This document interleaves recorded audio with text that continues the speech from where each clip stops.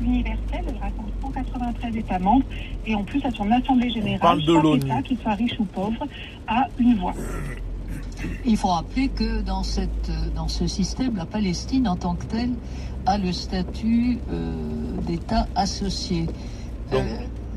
Chloé Morel, néanmoins, ces agences elles-mêmes sont le théâtre de foires d'empoigne entre les États dès qu'il s'agit évidemment de renouveler leur direction. Et ce sont aussi des jeux d'influence et en particulier de la part... Voilà, donc c'est l'émission de Christine Ockrent sur France Culture et il parle de l'ONU et justement de ses limites. Et là, il venait de révéler deux choses que j'écris depuis 26 ans, 25 ans à travers la mécanique universelle. C'est que c'est pas l'ONU qui est le problème, parce que là il y a plein de gens qui essayent de remettre en cause la pertinence de l'ONU, enfin la vie de l'ONU, hein. Et donc en fait c'est pas l'ONU, c'est ce qui la laisse pas tranquille, ce qui laisse pas cette organisation des Nations Unies tranquille, sereine, travailler de façon juste envers chaque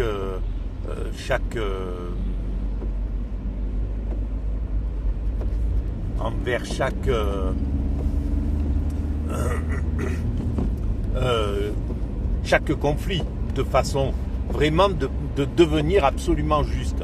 Et on sait très bien qu'elle est tiraillée par les États-Unis depuis très très longtemps, mais par l'Occident, mais maintenant aussi par la Chine, la Russie, etc., ceux qui sont membres permanents. Donc il y a une injustice qui est là, etc. Et évidemment, c'est comme ça, on le voit, elle est là. Mais l'ONU, cette organisation s'occupe de beaucoup d'autres choses, comme ça venait d'être dit là.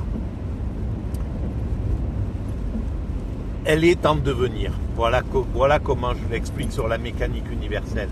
C'est une organisation qui en est à ses balbutiements, qui commence en fait. Il lui faudra encore quelques décennies, peut-être davantage, pour devenir ce qu'elle doit être, c'est-à-dire le vrai père des nations, ou la vraie mère des nations, on va dire, parce que c'est une organisation. Voilà, la vraie mère des nations, c'est-à-dire une mère qui aime ses enfants de façon égale, tous, et qui les défend tous et qui les protège tous de leur bagarre entre fraternels. Voilà, et c'est ce qui se passe. Et sur la mécanique universelle et sur ces vidéos, depuis très longtemps, j'essaye d'expliquer que, parce que l'Iranien qui est passé hier à la tribune de l'ONU, il a dit, il trouve ça devient complètement hallucinant que l'ONU qui est ce deux poids deux mesures et qu'il laisse Israël faire ce qu'il veut avec les Palestiniens et maintenant avec les Libanais. Et sur ce, Netanyahou est allé hier à la tribune en disant que l'ONU servait à rien, que c'était un repère d'antisémites. Enfin, il a lancé une charge sur cette chose-là. Et ça, pour moi, comment je l'interprète, c'est « arrêtez-moi s'il vous plaît ». Voilà, c'est comme un système,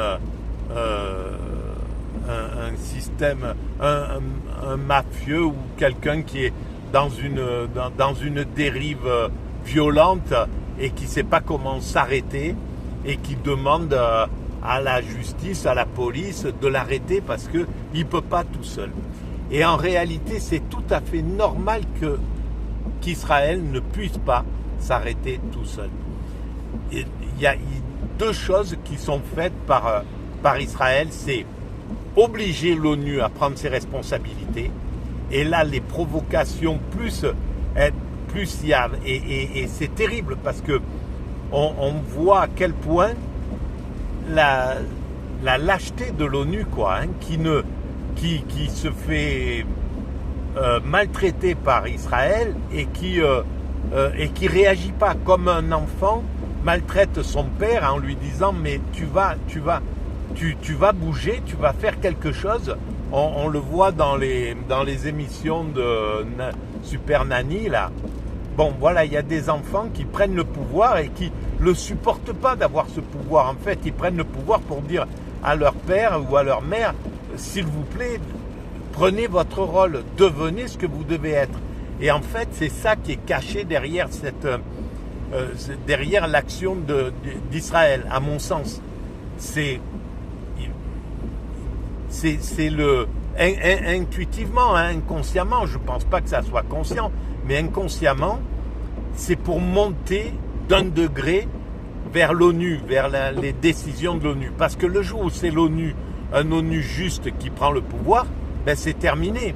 Si l'ONU est plus fort que tous les autres pays, ben ils vont dire aux États-Unis, bon, vous vous calmez là, vous sortez de là, vous arrêtez, vous arrêtez de piller tel pays, vous arrêtez de faire ça. Aux Chinois, ils vont leur dire, ben vous arrêtez de viser Taïwan ou d'aller dans ce truc-là. Aux Russes, ils vont dire d'arrêter, etc. Mais ils vont pouvoir le faire parce que l'ONU sera devenue une identité plus forte que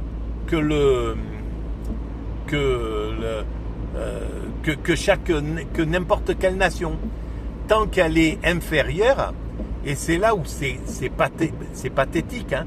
Mais ce qui est pathétique, c'est le comportement de l'ONU, même si c'est dramatique ce que fait vivre Israël aux Palestiniens et aux Libanais maintenant, mais c'est autre chose le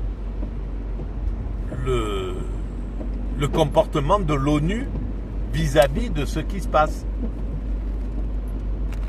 Et donc, voilà comment j'interprète cette chose comme de la provocation pour obliger l'ONU à devenir la mère des nations qu'elle doit être, juste et efficace. Voilà ce que je voulais dire sur cette chose-là. Si vous pensez que ça a un peu d'intérêt, vous pouvez mettre des pouces, etc.